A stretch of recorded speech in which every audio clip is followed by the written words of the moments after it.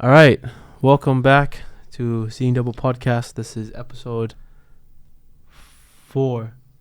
Episode 4. Episode 4 and 5. We're going to be doing bit of, I guess, a bit quicker ones. I don't know. We're filming this. We're filming this a day after filming episode 2 and 3. So to be honest with you, we ain't got shit to say. Yeah. We're not gonna lie. We don't have anything to talk about. Yeah, but we ain't got shit to say. we got some things, and I think I wanna. First, I think we'll start with some football recaps, and James and I we like our football. And a few days ago, there was that FA Cup Man United and Liverpool game. What a game! Lovely game. And I support Man United. I've supported them all my life, and through the good and the bad, whatever. But I think, I still think they're the best team in England. The best team in the Premier League. You can't say that. No, they okay. Well, maybe off of pure facts, you cannot say that. Maybe not the best, but you can't. But everyone agrees. You can say that they're your favorite team in the Premier League. Everyone agrees. No, Man United is the biggest team in England. It's the biggest team in England. Okay, go ahead. One of the biggest. Go ahead. Like, I would say top 5 in the world.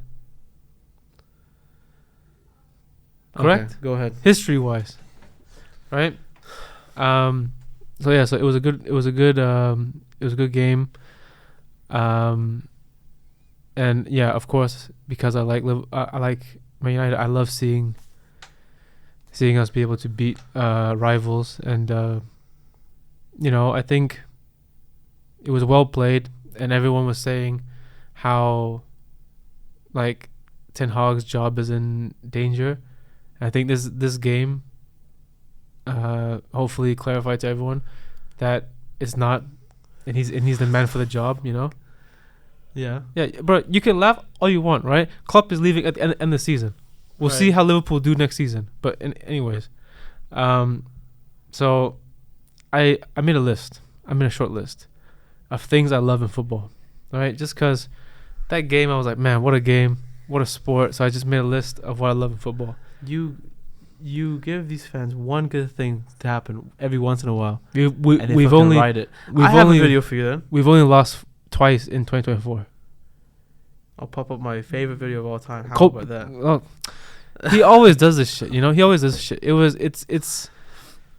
It's hilarious. These Liverpool fans are so sensitive. But here we go. Anywho, so things I love in football. We'll start off with the sound when a shot hits the net, like when the microphone is really close to the goal, like during COVID.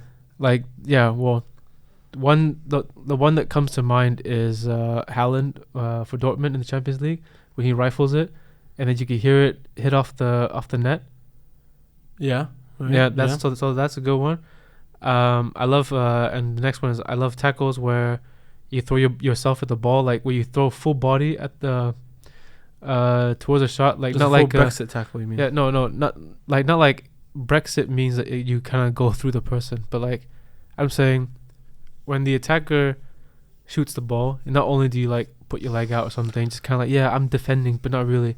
It's just like, I love seeing defenders who go like, I'm gonna get this, I'm gonna throw my whole body at the ball. Whatever happens, right? So I love that. I love passionate games. I love where I think it was everyone thought it was a bit much, but I love when Newcastle was playing PSG. And that was how cool. how much it meant to all the fans. Energy. This is the same with some of the earlier games of Man United when they had that full squad from last season, and in the big games when every tackle they would celebrate, and it was very aggressive, and the stadium would roar. I love games like that. Next one is this is kind of niche. Center backs taking penalties and absolutely rifling it. Yeah. I love that. I love that that Maguire goal at the Euros where he perfectly hits the camera in the top corner. Yeah. And then lastly, and you know about me, I love Alex Morgan. not in a weird way. Not in a weird way. What? I love Alex Morgan because she, so in FIFA, I think it's called EAFC now, but in FIFA they added the women to the game. Yeah. And at the start of the game, I was like really excited to, play with some of the women's cards, because they looked cracked, and a lot of these incels were like, why does EA put women in the game? It's not realistic. One, it's a game. It's not realistic either way. And two, Eusebio's dead. Pele's dead, Charlton's dead, Playing with a bunch of dead men. All these people are dead, but you can still play a full 11 with them. I don't know if you know, but Maldini and Van Dijk has never played together. You cannot have Messi and Ronaldo on the same team. The whole point of this game is that you build your ultimate team, right? It's literally just called Ultimate Team. It's not real. It's not real stuff. You can make Pele do the gritty, Yeah. So at the start of the game, I got Alex Morgan a pack, and I was like, oh, I know Alex Morgan. She's quite high rated on the game, and she has 5-star weak foot and finesse shot plus, which just means that whenever you hit the finesse button, she's more likely to score from it. Like it's more, Right. It's like the curve is better. It's a faster shot. Okay. And oh my God, I have every special card of Alex Morgan because Right. she's so good on the game that it makes me follow her in real life. Like it makes me follow the San Diego Wave team in real life, and I've started to find myself following the NWSL Yeah. because of Alex Morgan in FIFA. Because I'm like, she is cracked. She's the captain of my team. She stays in my squad the whole year. Yeah. So I have to follow her team on social media. But I guess that's just how things have worked out for them anyways, because Yeah. they probably knew as well. Yeah, that's the whole point of getting The yeah. women's team out there, and I'm and just finding a video. Don't worry about it. and something that I don't like is people like Joey Barton, who Yeah, Joey Barnes a has- fucking muppet. has bashed on the women players or the women inclusion in the game, and for me, I'm like, it's always these players who are never really anything big in their career who come back and they try to make a statement online so people can remember them for that instead of remembering them for their skill. Like there was another guy, another guy, I think he played for Swansea or Blackpool. A few days ago on Twitter, he was saying how he tore Vidic apart twice a season. Oh, I remember this one. And he's I remember this and, guy. and then I was looking at the comments, and I don't know if this is true. But one guy was like, brother, Vidic that season scored 5 at centre back. You scored 6 at striker. This season Vidic got player of the year for the Premier League, which as a centre back is very rare. They won the championship, whatever. And it's always these players who are like, who are you? But Yeah. guys like Joey Barton, I was thinking about it because I'm like, if you tell me now, if I was building a team and you told me now, would you rather have Joey Barton or Alexia Putellas or was it Bonmati or something on your team? Putellas all day. Yeah. Because she's just a better player, right? And that's why he's like, oh yeah, but this is like the men's game and the women's game. It's like, brother, they all can kick ball, Yeah. If Putellas showed up to your 5-a-side, she would school everybody. She would cook everybody. Yeah. This is fact. I'd say so, yeah. Because technical ability is not necessarily not like sex specific, Yeah. and some of the goals, like people like to be like, oh, look at this blunder or look at this shitty goalkeeping in this women's game. Did you not see those goals in the MLS like a few days ago? Yeah. They highlight that shit all the time. Right? Like, dude, I think there's some leagues are not that good. Yeah. There's always gonna be blunders, like some of those Onana blunders.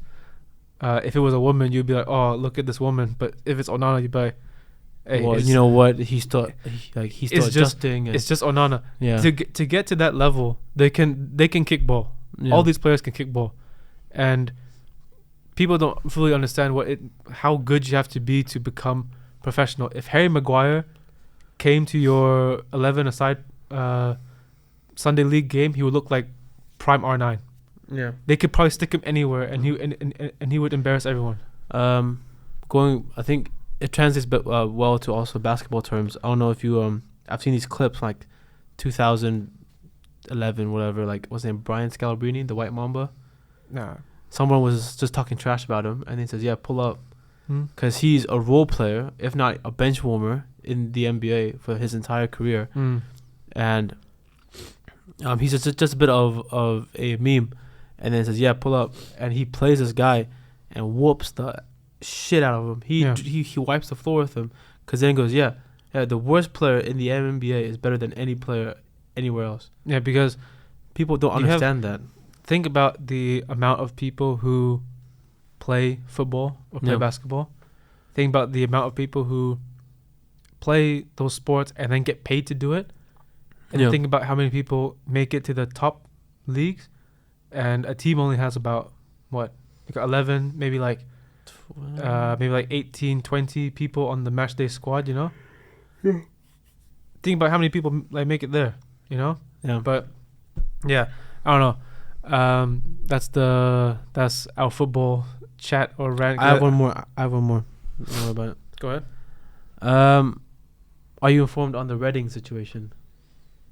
A little bit. I just know that they have no money. They have no money, and this is what's crazy as well. So I watched this video. I don't know who it's from, but Reading. So they're saying, like, because Reading were in the Prem, like, was it not too long ago, and now they're facing just not ever existing whatsoever. Yeah. So they got bought by this Asian guy, which is fucked up. Yeah. Something as fellow Asians, something about Asians in football, like owners, has gone terribly south. The only good ones are the guy from Leicester and the guy from Inter. Yeah. Those are two top teams owned by Asians. Yeah. The rest seem to just go in the mud. Yeah. For some reason, Asians and buying football clubs in Europe don't go well together. Yeah, and it's with Reading as well. It's no different, because there was so he buys them, and then the fans were a little bit kind of iffy about it, because he bought it with, so his sister also owns clubs as well, so they're like a really wealthy family. Crazy. So he bought two teams before. Yeah. One of it was like a team in China, sunk them to like the lowest league, and then they just sort of, and what's it? They just sort of disbanded. Yeah, like more or less. They just broke them. Yeah. Took every single penny out of them. The second one as well, plummeted them to the lower leagues, and then he just left. Same thing with the sister. Got that, plummeted them, multiple leagues, relegated, back to back. But thing is, they said also, and this was when they were in the Prem or something like that. Like, so they said when they took him over, like when he wanted to actually take over, no, he was trying to buy Hull. Yeah. But Hull were in the Prem, and in the Prem, like when you're trying to actually take over a team, you have to pass certain exams. Okay. And the league said he's not fit enough to own a team. So then he goes on to buy to, then he says, "Oh, fuck Hull, I'm gonna go buy another team." So then he has that, and because Reading were in the championship at that time, they had no checks, and he passed. Okay. So then goes, okay, yeah. So now you own them now. He's done nothing for them. They have no money. They were going to So now they're playing League One. Last season in the championship, they were surviving. Yeah. Then they get docked like 8 points because of financial fair play, which is kind of his fault. Yeah. Right. So then they get sent down again. So now they've gotten sent down 2 leagues. Damn. Right. So then now they went down, and they have basically no money. The only thing that they have is the training ground, that's valued at £50 million. Okay. Cool. Right. That's for sale. Okay. And Wickham bought it. Yeah, I heard that they're going to do, like, they're gonna buy it or they're gonna share it or something. Yeah. So and Wickham Wanderers bought it. Yeah. Right. And the whole thing is, there's no way that Wickham has 50 million. That's where it's valued at. So the club will not get anywhere near £50 million. Yeah. Which means what? He's settling it because he's taking the money from the sale and he's taking it into his own pocket. Oh, so he's about to run. Yeah, so he's about to run, because from a potential buyer's point of view, how will you buy a club when they have no assets? This is the only big asset to the club, and it's sold to another team. And this is also a Premier League standard training ground, apparently. Okay. It's a fucking like top-notch ground, and they sold it for pennies, for him to put it into his own pocket and then leave, and then now this club's dead. And they've processed the sale already. It's like, I think Wickham went online and then said, yeah, we are buying it. Yeah. So it's theirs. And Reading Football Club is dead. That's crazy. But I was seeing things about how players had to, like, there's no hot water in the facility, and players have to eat like ready to eat meals and stuff. But let's say you're a footballer, young footballer, came from Hanoi FC to Young AZ. Okay, so you're in the Dutch lower leagues, and then your agent calls you and says, James, we got a English club for you, right? You're like, oh, okay, finally my time has come. You know, I'm a midfielder, up and up. You know, I got good goals and assists per season. It's like, so you're like, okay, so what's the team? And then he's like, yeah, it means Reading. Do you go now? Nah. I think I'll just. I got my answer. What? I think I still go, because it's still. You're not gonna go because you're not gonna get any payments. Because I have to. Well, I'll be able to see, one, what's my skill, and then I'll be able to see, realistically, how long do we have? You know, because at the moment it seems like a ticking time bomb, where it's like one day you're just gonna get the message that Reading is no more. But I'm like, okay, is it a year? You know, is it a year, 2 years? If it's yes, then I'm like, what's my numbers looking like? You know, because I'm like, if I can get a good season and a half, people on TikTok are making mixes for me, you know, things like this. Maybe if my agent's really good and he's just at people's doors like, take him please, he's very good, blah blah, then I'll be like, okay, yeah, fair enough. But then I just have to handle like Sunday league conditions in but chances everything are, but the stadium and the training ground. Yeah, but chances are that there's so many different aspects to it. There's probably, you can't get a goal because the striker's hogging the ball because he knows he's gone in 6 months and he needs to boost up his own stats. This could be a motivational story, you know? Yeah, okay, this sure, could be motivational. But the centre back won't pass the ball where he wants to because it says, oh, this person lost the ball so and so times. Yeah. And he's only worried about himself. Yeah. So it's literally every man for himself. And it's also, you're in a dressing room where, you are going to be sold and you may or may not have money. They may or may not be paying you, and that's it. Yeah. That affects you. You don't want to be working your job when you haven't gotten paid yet. And that kind of thing affects you. I probably wouldn't go. But that's just me. Okay, but what if they're like, no.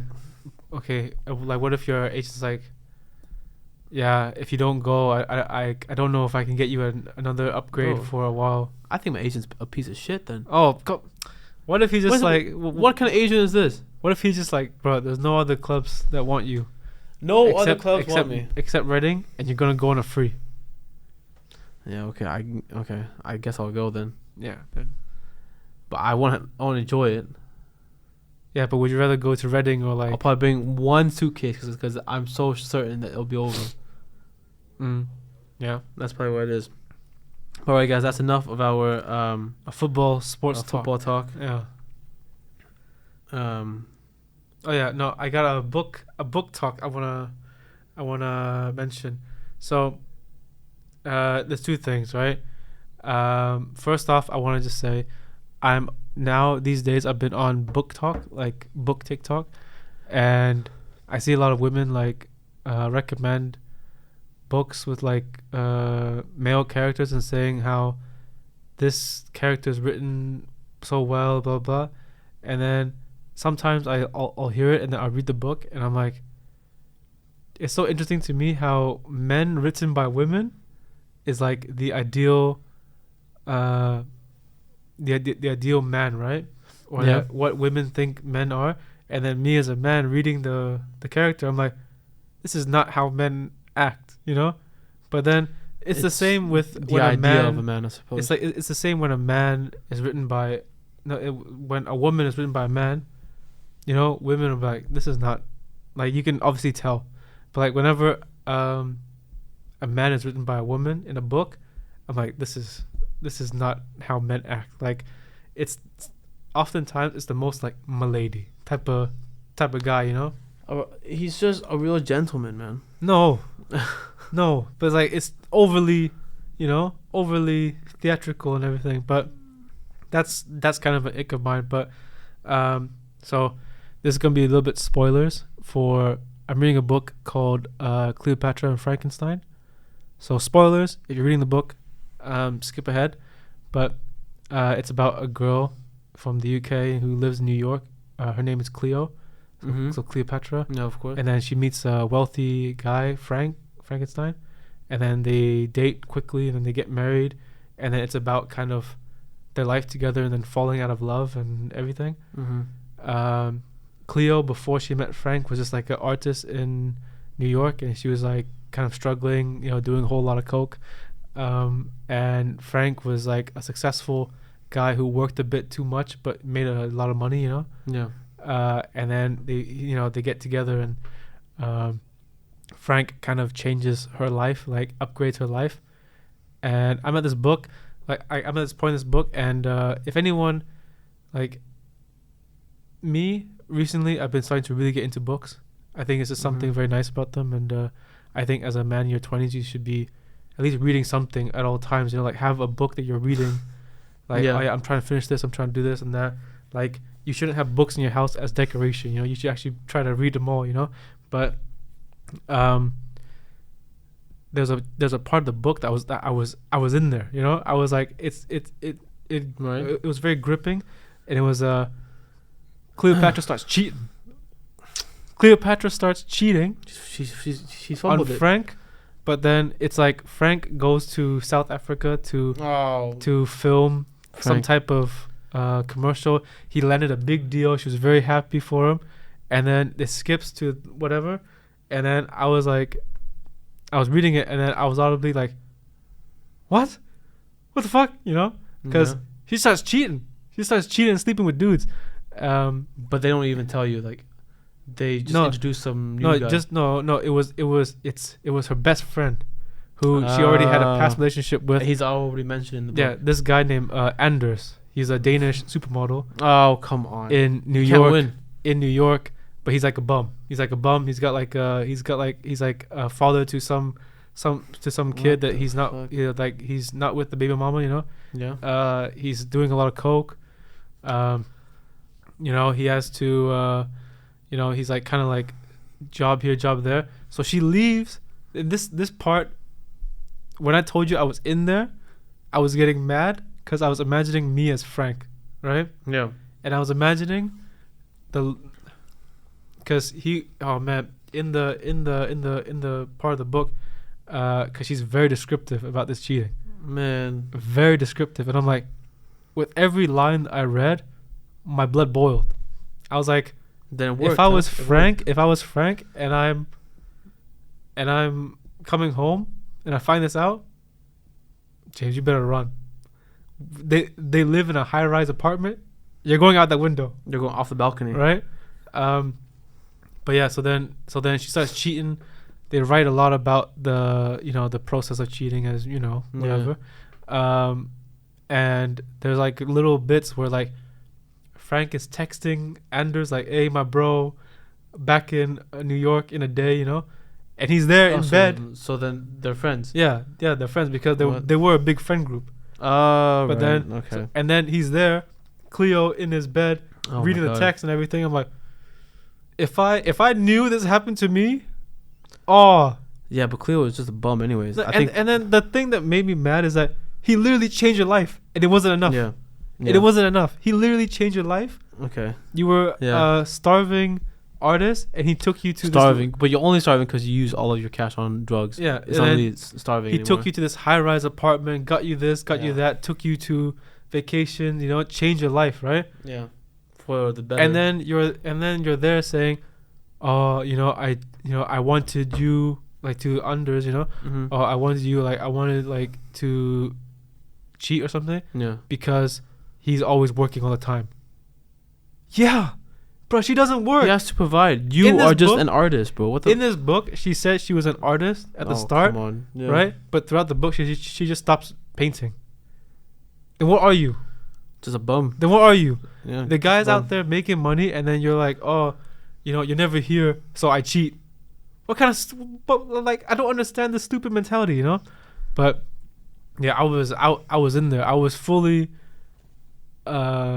feeling the rage, and I was like, man, this is, as much as I hate it, I was like, this is good writing, Yeah, I mean, writing and that'll make you feel something is Yeah, but I was like, yeah, I guess it's I rare was- now, I suppose. I was imagining myself in his shoes. I was like, oh, I hope that nothing like this ever happens. Let's to just me. picture it.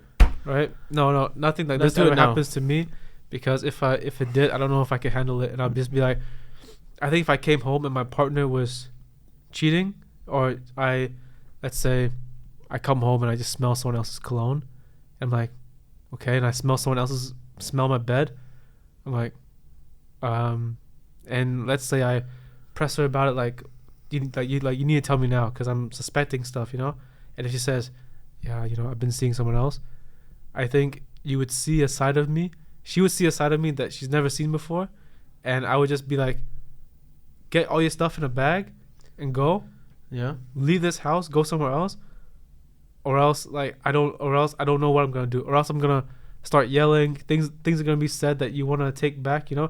Leave now before I really boil over, and let me feel this anger alone.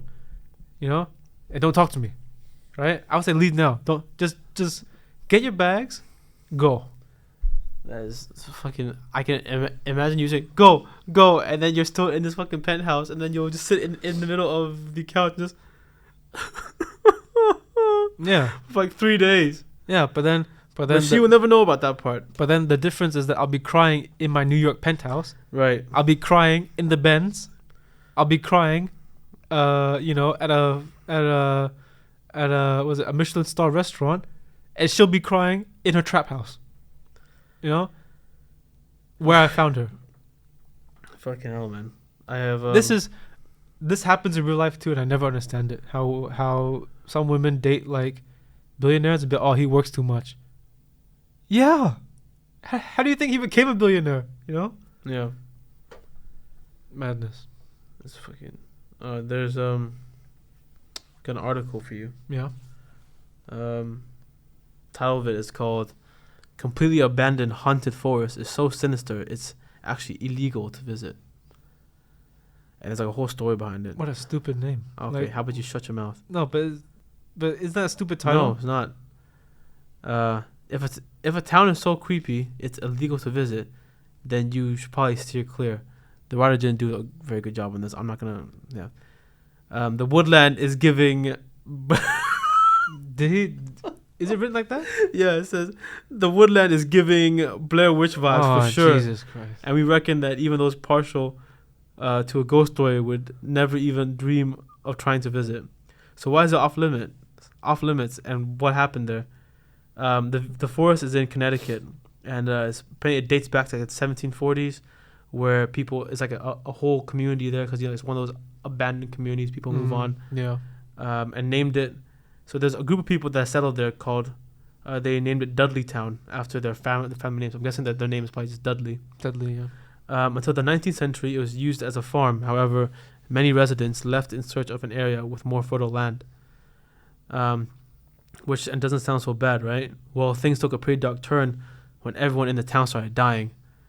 That is a pretty dark turn. That is, I think, in terms of I would agree. I think in terms of dark turns, that's probably up there. Yeah. That could be the worst. That is probably the darkest turn. Yeah. When you just fucking start dying. Yeah, when fair enough. I would start dying off. Fair enough. One resident named Nathaniel Carter moved to the town, but not longer after his arrival. 6 of his relatives became sick and died of cholera. Damn. Just wiping out bloodlines. Damn. Another man, Gershon Hollister, was building a barn for his neighbor, William Tanner, when he died suddenly. And that's not all. One of Tanner's neighbors claimed that he himself became obsessed with creatures coming out of the woods at night because it's like there's like a bunch of forest around it. That's cool. It's just like a little hole basically. That's cool. Then in 1804, a general named Herman Swift was living in the town when his wife Sarah Fay was struck by lightning while on the front porch and died. Damn. Also, these fucking names sound like Chad. Like, it just sounds fake. I don't know. So you guys gotta take this shit with like a grain of salt. I don't know. Yeah. The general himself also passed away, but his death was believed to be caused by grief. In the preceding years, as well as other residents passing away, more people started reporting sightings of creatures in the trees surrounding the town. By the turn of the century, almost all of the residents had either died or left. But in what sounds like the beginning of a horror film, a few years later, a man named Dr. William Clark came across the town and wanted to set up a second home, although we cannot imagine why. This motherfucker walked into an abandoned village and went, this is it. Housing crisis is terrible. This is it. This is the one. Middle bumfuck nowhere. Just shattered the fucking windows, everything. Whatever. One day, Clark returned from a trip to the city to find his wife in distress, claiming there were creatures in the woods. What's it? There's definitely a theme going on here, right? Clark moved away from Dudleytown, though he helped create some sort of association to preserve the forest around it. Fuck that. Bro, if there's creatures in the forest and you want to preserve it, what does that say about you? So apparently now it's not allowed to actually even go there. Yeah, that's now closed off, and they've already left the like city. So my question to you: name a price. No, but here's the thing. It's very convenient how they're like, oh, it's illegal to visit. It's like, oh, so if it's illegal, nobody can experience these things that allegedly happen. Because it's so sinister that it's not legal anymore. They just blocked your ass from going there. Very, very convenient. But I would say a price to live there for how long?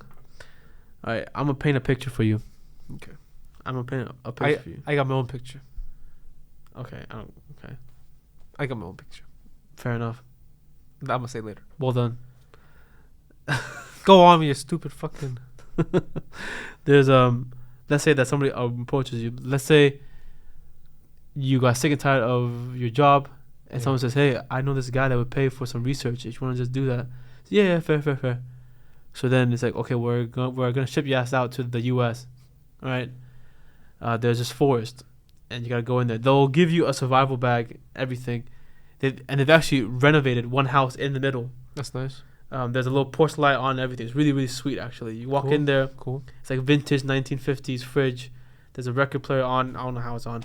It's on. The bed is there. You have AC. You have everything. And you have Wi-Fi. Or you have like a hotspot for just that one place.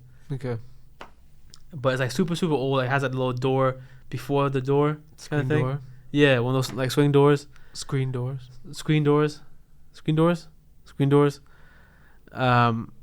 And they just give you everything. They give you food for like, let's say, a week. Right, and say, yeah, here you go. I need to research it. You could only go home once it's done. So you have to withstand the whole 7 days. Let's say his starting price 40,000 for a month. For a week. 4,000. This is creatures in the woods, by the way. See, now this is where I would apply my own idea. Man. So I would say make it 60. Yeah. Right? Make it 60. And if I hate my job, I'm assuming do I have like a good life? Do I like my life? You have the same life that you live now. Adam will be away from the podcast for about 7 days. He's doing research. Okay. So let's say I have to live there. Let's do 60K. No. Let's do 70K. No. He says for 50. Do 55. Wow. You went from 70 to 55. Yeah. Fine. Fair. 55,000. Okay. Great job. So you lost so much money there. Okay, so 55. Yeah, I would probably go, but there'll be part of me that wants to hunt. Cause you know, I like that. You know, I would want to be like, okay, let's see these creatures and let's see if I can take one down. Okay, well, right? let's say, and then, cause I played Bloodborne, and Bloodborne, you're like a hunter. You gotta hunt, you gotta hunt monsters and stuff in this Victorian era type of environment. Yeah. So this is me living out my Bloodborne fantasies and be like, wow, I'm a monster hunter now. So then at night I'm not gonna be in the house like chilling. I'll be like, let's go outside. Let's go outside and try to catch one of these. All right. So if this was if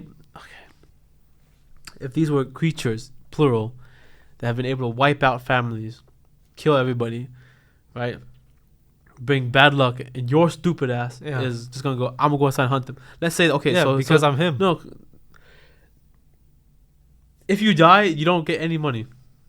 7 days. Obviously. 7 days. So you walk into the house, drop your fucking bag, and just dip outside, start shooting things. No. Let's say that he only gives you, the only thing that you get goes, okay, Adam, here's 3 towels for a guy for a week. Here's 2 pairs of underwear. Jesus. Here's 2 socks, toothbrush. Here's whatever. Here's a book. Okay. Right. This is not including your meals. The shelter has canned food stocked. Everything. It says, okay. I know that you're a little bit stupid. Here is a crossbow. If you want to go outside. We're not doing crossbow. Yeah. No. Why? No. Why you crossbow? No. You don't get to say anything. He's paying you the 55,000. Yeah. You were willing to take 15,000 less, by the way. He only said 50,000. But then I'll put 10K into weapons. Dude, no. Why not? No, you can't. You can't go out here and say I'm just gonna have a fucking bazooka. No, I'm You're not saying gonna have a bazooka. I'm saying what do you have? just some rifles and pistols and shit. Fuck you. So then you're just saying for me to go in there and just be like, oh yeah, I would just be a sitting duck. No, he's because this thing's wiped out. So towns. Keep in mind, the whole process of this is research. Yeah. So why the fuck would he want you to go outside and damage the research? I'm not going to damage. I'm going to capture one. What? Bring it home and study it. So you are just gonna go out, injure one, like hunting. Bring it home, and then that's the ultimate research. The thing is, there has to be some challenge there. So here's just a crossbow. And then you say, no, then he wants me to fail. Yeah, he wants you to just do his job. But then he goes, okay, but I want rifles and pistols. Yeah, then you won't go. You want this money, don't you? And he starts pulling it out and starts like waving at you. That's fucked up. Yeah, but he's rich. He has 55,000. How many before me? How many people before you? Yeah. Well, you're like the first one since the guy moved out. They've been doing this shit like they only come in the daytime. They fix up the house. How many bolts and everything? 12. 12 bolts is not a lot, and it takes a long time to load. I'm trying not have you kill these fucking creatures. I'm not saying I'll kill. I'm just but there has to be an element of risk. So you have to be willing to lose something. You can't just be going out here saying here's fucking unlimited bullets. Okay. What is your plan? Day one. Okay, I'm gonna take. If he says that I can't shoot him, you can do whatever with these 12 bullets. With these 12 arrows. Could I then take less money for weapons? What did I just say? Can I? No, right? No, okay. You can't. You only get what you're given. Okay. He basically hits you over the head. You black out, and then you wake up and you got your fucking rucksack. Okay, then if he hits me over the head and kidnaps me, come on. Then after this, I'm going for him. Okay, fine. Okay, but you have to make it out alive. But then, okay. So my plan probably go in to the town, scout the area, see if there's any signs of recent activity. You know, any fresh bodies, fresh prints. Go to the house. Look at all the exits, where things can come in and out. Board it up. If there's fire, we can use fire. Lights, how long they last. If everything is tip top shape, and then I think what's crucial is that first night maybe board up the windows, just listen, observe from a distance, and then the second, third, fourth night, then you can start to really approach. Okay, and let's say the first night you're chilling because then you have like a little TV. You're a little knock at the door. You already know instantly. No one's here. Yeah. No one's out here. right? Yeah. And then you kind of go out there, and then you start seeing like visions, like people just walking about, like it's a whole active city, Okay. whole active village. Yeah. Start seeing this shit. It's kind of, the hell is going on? What do you do? Do you go outside? No. So you just stay in? Yeah. I would load a bolt. Are you killing yourself? No. I would load a bolt and be First like, day? I would load a bolt and be like, okay, obviously they're starting to play mind games with me, Okay. which means that they're gonna be coming anytime soon. Yeah. Okay. So then I'm like, okay, you know, like in Naruto, okay, What? they got what's the one in Naruto? Was it a genjutsu where they play with your mind? I'd be like, okay, I'm trapped in the genjutsu. So then I'll be like, they know I'm here, Okay. and then they've made me the target, right? So if I'm seeing this shit, it's for a purpose. So I'll probably start to load a bolt, start to board things up, Okay. make sure everything's secure, Okay. and then be like, now we wait. All right. And let's say that you got like, because we don't know what these creatures are. So then you're looking at the door and you go, oh shit, okay, that's fucking weird, but I'm just gonna stay inside. Stay inside. In your kitchen, it's like this little shadow figure. It starts bouncing all over your house. So it's in your house. Board up however much you want, it's in your house. It's in there. But then it's kind of bounces around and dips. It's gone. That's fair. But it's just to show you it can get in. But is this thing a shadow creature? Or I don't know. this I don't thing, know. It's okay. like because I'm picturing some sort of pterodactyl looking thing. Yeah. But it's so also then- it could be like a fucking demon thing. no. This is I don't like these scenarios. No, with you do.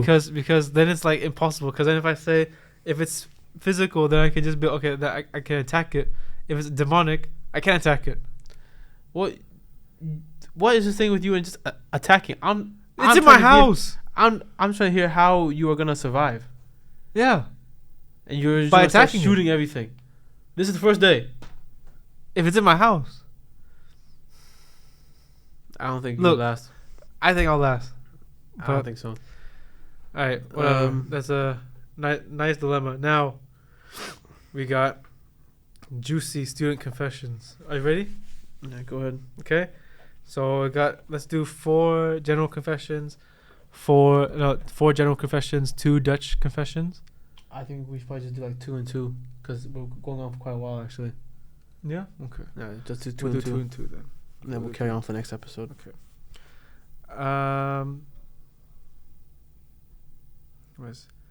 I'm trying to find a good one, but okay.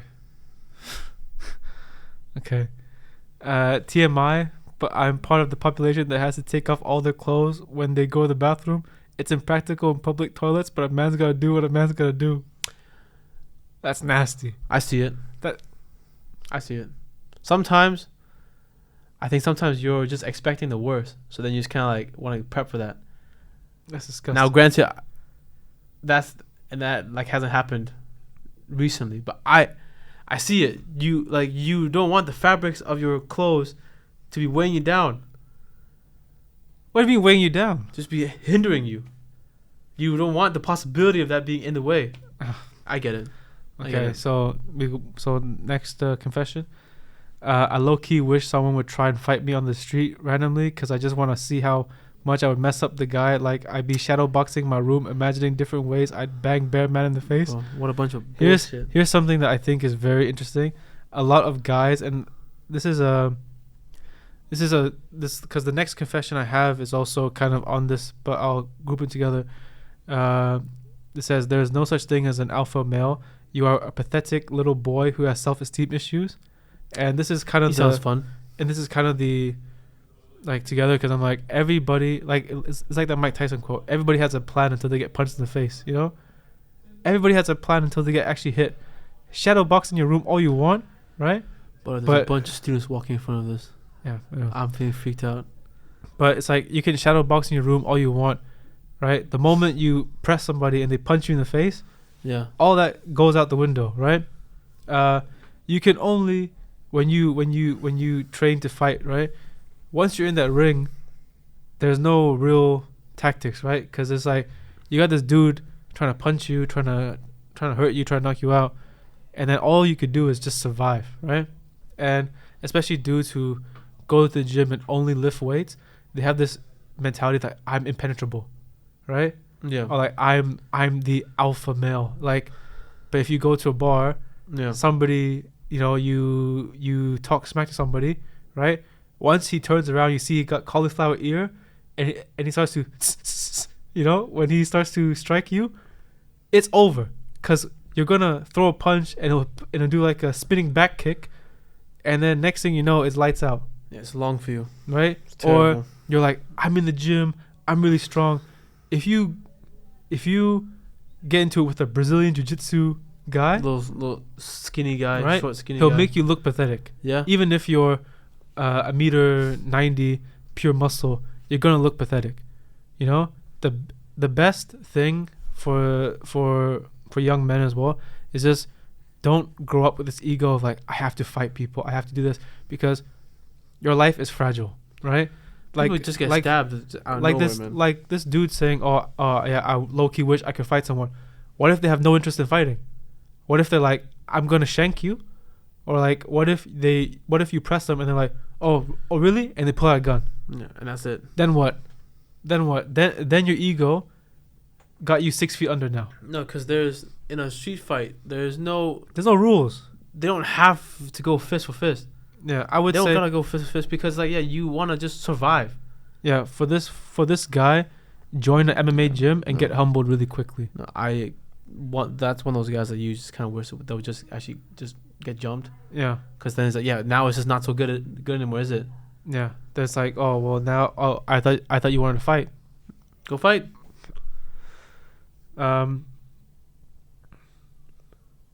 Okay, this is one that I was reading and I was it angered me because this is a Dutch university one. Okay, so I like someone. He asked me out a couple of times a while ago, but I didn't want to at that time. Then one time we hooked up and I told him I didn't want anything serious. Now I do want to date him, but I am scared he doesn't like me and I'm too insecure to ask him out. What should I do? One thing I should note, this is a terrible, terrible, terrible thing to do to someone, and you should feel ashamed that you did this. And here's why. This is a person, Yeah. You don't get to just keep him on a leash and be like, I'm gonna try to pull you back when it's convenient for me. You told him you don't want to have anything serious. He says, fair, right? Fair enough. I'm gonna go. And now you're coming back like, oh, I actually do want something serious. Yeah. Is he just supposed to open up time for you? Is he supposed to be always single for you? Yeah. You should decide what you want before you open your mouth. Yeah. And there's some people think that they're just so fine that they'll just always be attracted to, you know what I mean? Like that people will always just fucking like them. Yeah. That's just ship has sailed. Easy as that. And it's also like, oh, I don't want to ask him. Okay, then he's just not gonna be your boyfriend. What the fuck? Then he already tried. Now it's your turn. Get in there. Yeah. Now, so we'll finish off with this confession. This last one. Yeah. Wait. Please, what do you mean? We said this was gonna be our shortest episode. I think it's probably one of our longest. No, it's not. It's fine. It's cool. A few weeks ago, I went on a date with a boy. First, we went out to dinner, and after we went to his house. When we arrived, I got a house tour, and we ended up in his bedroom. Here he started flirting a bit more. Threw me on his bed and started making out. He started undressing me and himself. He took off his pants. He suddenly said, "It's dick time."